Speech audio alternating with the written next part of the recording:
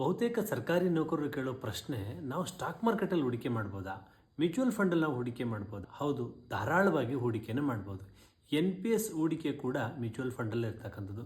ಕರ್ನಾಟಕ ನಾಗರಿಕ ಸೇವಾ ನಡತೆ ನಿಯಮಗಳು 1966 ನಿಯಮ 23ರ ಅನ್ವಯ ಕೆಲಸಕ್ಕೆ ಸೇರಿದ ಸಮಯದಲ್ಲಿ ಹಾಗೂ ಪ್ರತಿ ವರ್ಷ ಮಾರ್ಚ್ 31ರಲ್ಲಿದ್ದಂತೆ ಸರ್ಕಾರಿ ನೌಕರರು ತಮ್ಮ ಸ್ಥಿರ ಹಾಗೂ ಚರಾಸ್ತಿಯ ವಿವರಗಳನ್ನು ಮೇಲಾಧಿಕಾರಿಗಳ ಮೂಲಕ ಸಕ್ಷಮ ಪ್ರಾಧಿಕಾರಕ್ಕೆ ಸಲ್ಲಿಸಬೇಕು.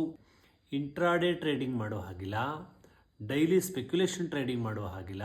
ಮ್ಯೂಚುವಲ್ ಫಂಡಲ್ಲಿ ಹೂಡಿಕೆ ಮಾಡ್ಕೊಳ್ಬೋದು, ಸಿಸ್ಟಮ್ಯಾಟಿಕ್ ಇನ್ವೆಸ್ಟ್ಮೆಂಟ್ ಪ್ಲಾನ್ ಮೂಲಕ ಹೂಡಿಕೆ ಮಾಡ್ಕೊಳ್ಬೋದು.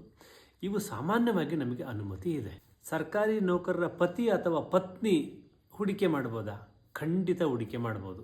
ಸೇವಾ ನಿಯಮಗಳು ಕೇವಲ ನೌಕರರಿಗೆ ಮಾತ್ರ ಅನ್ವಯಿಸುತ್ತದೆ, ಆದರೆ ಕುಟುಂಬದ ಸದಸ್ಯರಿಗೆ ನೇರವಾಗಿ ಅನ್ವಯಿಸುವುದಿಲ್ಲ. ಆದರೆ ಒಂದು ಮುಖ್ಯ ವಿಷಯ, ಬೇನಾಮಿ ಟ್ರಾನ್ಸಾಕ್ಷನ್ ಹೂಡಿಕೆ ಮಾಡಬಾರ್ದು. ಹಣದ ಮೂಲ ಸ್ಪಷ್ಟವಾಗಿರಬೇಕು. ವೈಫ್ ಅಥವಾ ಹಸ್ಬೆಂಡ್ ಇಂಡಿಪೆಂಡೆಂಟ್ ಇನ್ಕಮ್ ಇದ್ದರೆ ಯಾವುದೇ ತೊಂದರೆ ಇಲ್ಲ, ಧಾರಾಳವಾಗಿ ಹೂಡಿಕೆ ಮಾಡ್ಕೊಳ್ಬೋದು. ಟ್ರಾನ್ಸ್ಪರೆನ್ಸಿ ಇರಬೇಕು. ಟ್ಯಾಕ್ಸ್ ರಿಟರ್ನ್ಸ್ನಲ್ಲಿ ಡಿಸ್ಕ್ಲೋಸ್ ಮಾಡಬೇಕು. ಸರ್ಕಾರಿ ನೌಕರರು ತಮ್ಮ ಮಕ್ಕಳ ಹೆಸರಲ್ಲಿ ಹೂಡಿಕೆ ಮಾಡ್ಬೋದಾ? ಅಂಡರ್ 18 ಮೈನರ್ ಇದ್ರೂ ಕೂಡ ಹೂಡಿಕೆ ಮಾಡ್ಬೋದಾ? ಖಂಡಿತ ಮಾಡಬಹುದು. ಮ್ಯೂಚುವಲ್ ಫಂಡ್ ಮೈನರ್ ಅಕೌಂಟ್ ಮೂಲಕ ಗಾರ್ಡಿಯನ್ ಸೂಪರ್ವಿಷನ್ ಅಡಿಯಲ್ಲಿ ಹೂಡಿಕೆ ಮಾಡ್ಕೊಳ್ಬೋದು.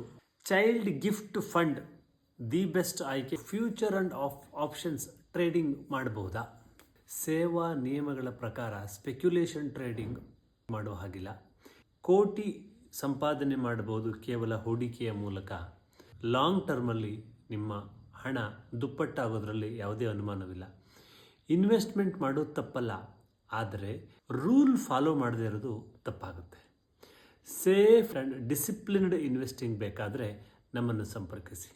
ನಾನು Kalleshappa, mutual fund distributor, happy parenting and couple counselling coach. ಹಣಕಾಸಿನ ಅರಿವು ಹಾಗೂ ಸಂತೋಷಕರ ಕುಟುಂಬ ಜೀವನಕ್ಕಾಗಿ ಸರಿಯಾದ ಮಾರ್ಗದರ್ಶನ ಮಾಡುವುದು ನನ್ನ ಧ್ಯೇಯ. ನಿಮ್ಮ ಮಕ್ಕಳ ಭವಿಷ್ಯಕ್ಕೆ, ನಿಮ್ಮ ಕುಟುಂಬದ ಆರ್ಥಿಕ ಭದ್ರತೆಗೆ ಹಾಗೂ ಉತ್ತಮ ಸಂಬಂಧಗಳ ನಿರ್ಮಾಣಕ್ಕೆ ನಾನು ನಿಮ್ಮೊಂದಿಗಿದ್ದೇನೆ. ಈ ವಿಡಿಯೋ ನಿಮಗೆ ಇಷ್ಟವಿದ್ದರೆ ದಯವಿಟ್ಟು ಲೈಕ್ ಮಾಡಿ, ಫಾಲೋ ಮಾಡಿ, ಶೇರ್ ಮಾಡಿ. ಹೆಚ್ಚಿನ ಮಾಹಿತಿಗೆ ಕಮೆಂಟ್ ಮಾಡಿ ಮತ್ತು ನಮ್ಮ ಕಚೇರಿಯನ್ನು ಸಂಪರ್ಕಿಸಿ. ಧನ್ಯವಾದ.